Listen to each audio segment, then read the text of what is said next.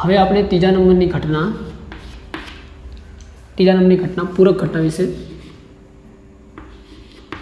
જોઈશું.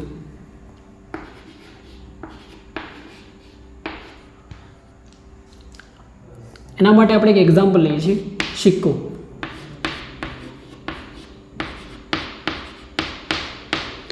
ધારો કે હું સિક્કાને એક યાદચ્છિક રીતે ઉછાળું છું અને મને કાં તો કાંટો મળશે કાં તો બાગો મળશે.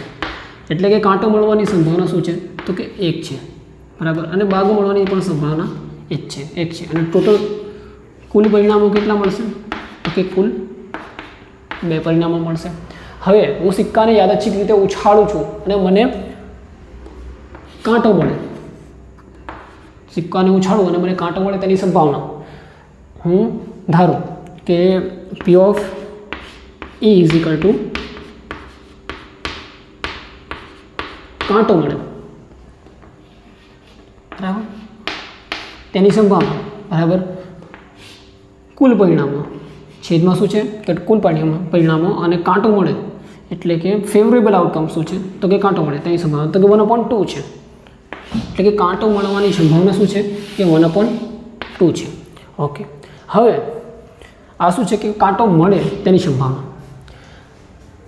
તેવી જ રીતે આપણે અહીંયા લખી શકીએ કે કાંટો ન મળે તેની સંભાવના, બરાબર. એટલે કે P of E is equal to કાંટો ન મળે. એટલે કે જો કાંટો ન મળે તો આપણને શું મળે કે બાગો મળે. તો બાગો મળવાની સંભાવના શું છે તો કે 1 છે. એટલે કે /2 કુલ પરિણામો અને કાંટો ન મળે એટલે કે બાગો મળે તેની સંભાવના શું છે તો કે 1 છે. એટલે કે કાંટો ન મળવાનો પરિણામ પણ શું છે કે 1/2 છે. એટલે આપણે કહી શકીએ કે કોઈ ઘટના E થવાની શક્યતા પ્લસ કોઈ ઘટના E ન થવાની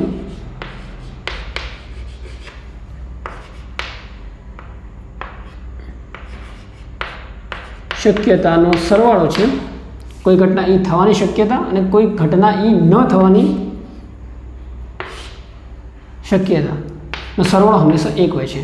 જેને આપણે સિક્કાના એક્ઝામ્પલથી સમજ્યા. આપણે જોયું કે પૂરક ઘટના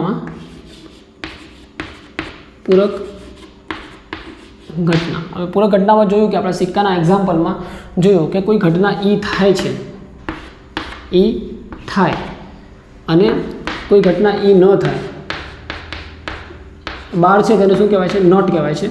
ઘટના ન થવા એનો સરવાળો શું હોય છે હંમેશા 1 હોય છે. તેને આપણે ફોર્મ્યુલાથી દર્શાવીશું. જેમ કે આપણે કોઈ ઘટના E થાય એટલે કે આપણને કાંટો મળે છે તેની પ્રોબેબિલિટી આપણને શું મળી હતી તો કે તેની પ્રોબેબિલિટી મળી હતી આપણને 1/2, બરાબર. અને કાંટો ન મળે તેની પ્રોબેબિલિટી આપણને મળી હતી, સંભાવના મળી હતી કે કાંટો ન મળે એટલે કે શું મળે કે બાગો મળે તેની સંભાવના પણ આપણને 1/2 મળી હતી. કે આ બેનો સરવાળો જે છે એ આપણને શું મળ્યો હતો, આ બેનો સરવાળો કરતાં આપણને 1 મળ્યો. હવે આપણે ચોથા નંબરની ઘટના છે પ્રાથમિક ઘટના, તેના વિશે જોઈશું.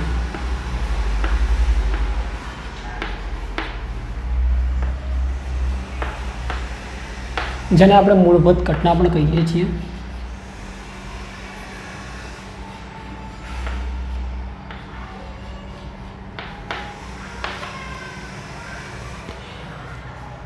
પ્રાથમિક ઘટના કોને કહેવાય કે જે ઘટનાનું આઉટકમ છે તે ફક્ત એક જ હોય છે. જેમ કે આપણે એક એક્ઝામ્પલ લઈને સમજીશું કે હું સિક્કો લઉં છું,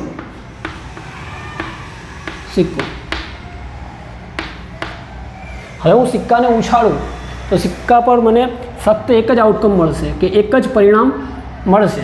જેમ કે હું સિક્કો ઉછાળું તો મને કાંટો મળશે કાં તો મને બાગો મળશે. ઠીક છે. જેમ કે આ સિક્કો છે આપણા પાસે, કે સિક્કાના ઉપર હું સિક્કો ઉછાળું તો મને કાં તો કાંટો મળશે, કાં તો બાગો મળશે. એટલે કે હું સિક્કો ઉછાળું તો મને એવું પોસિબલ નથી કે મને કાંટો અને બાગો બંને એક જ સાથે મળે. તો આવા ટાઈપની જે ઘટના હોય છે એવી ઘટનાઓને પ્રાથમિક ઘટનાઓ કહે છે કે મૂળભૂત ઘટનાઓ કહીએ છીએ. બરાબર. હવે આની હું સંભાવના નીકાળું, પ્રોબેબિલિટી નીકાળું, એટલે કે E = કાંટો મળે. ઠીક છે, તેની સંભાવના, પ્રોબેબિલિટી. તો ફેવરેબલ જે આઉટકમ છે કેટલા છે તો કે 1 છે. અને ટોટલ આઉટકમ કેટલા છે કે 2 છે, કે કાંટો અને બાગો.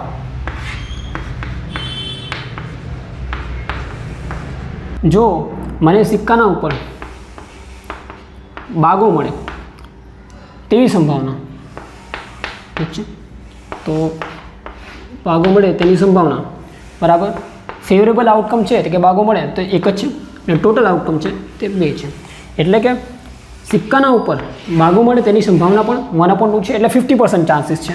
અને કાંટો મળે તેના પણ 50% ચાન્સીસ છે. એટલે કે કાં તો કાંટો મળશે, કાં તો આપણને બાગો મળશે. હવે આપણે 5મા નંબરની ઘટના છે સંયુક્ત ઘટના, તેના વિશે જોઈશું.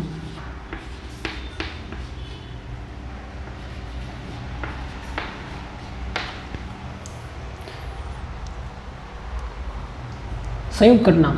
હવે સંયુક્ત ઘટના કોને કહેવાય કે જ્યારે આપણે એક એક્ઝામ્પલથી સમજીએ કે હું પાસું ઉછાળું છું અને પાસાના ઉપર મને 1 કરતાં વધારે પરિણામ મળે. જેમ કે 1 કરતાં વધારે પરિણામ એટલે આ પાસો છે,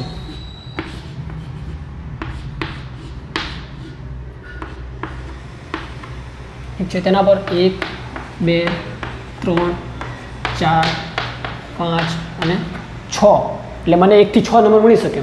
અને હું ધારું છું કે પાસાના ઉપર 3 કરતાં મોટી સંખ્યા મળે, 3 કરતાં મોટી સંખ્યા મળે, બરાબર. 3 કરતાં મોટી મળે એટલે કે તે સંખ્યા છે તે 4 પણ હોઈ શકે, તે સંખ્યા 5 પણ હોઈ શકે, ને તે સંખ્યા 6 પણ હોઈ શકે. તો આવા ટાઈપની જે ઘટના છે તેવી ઘટનાઓને સંયુક્ત ઘટના કહીએ છીએ આપણે. જેમ કે આની આપણે સંભાવના નીકાળીએ તો કે ઘટના E છે તે 3 કરતાં મોટી સંખ્યા મળે તેની સંભાવના. ઠીક છે, એટલે કે આપણાની જે ફેવરેબલ આઉટકમ છે એ કેટલા છે કે 4, 5 અને 6, 3 કરતાં મોટી સંખ્યા એટલે 4, 5 અને 6, કે એટલે 3 પરિણામ મળે છે. ઠીક છે. અને જે કુલ પરિણામ છે તો કે પાસાને હું ઉછાળું તો મને 1 થી 6 નંબર મળશે, એટલે કે 6 પરિણામ છે.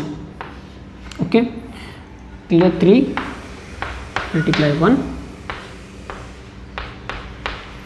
3 કટ થાય છે. તો આપણાને E = પાસા ઉપર 3 કરતાં મોટી સંખ્યા મળે તેની સંભાવના તો કે 1/2 મળે છે.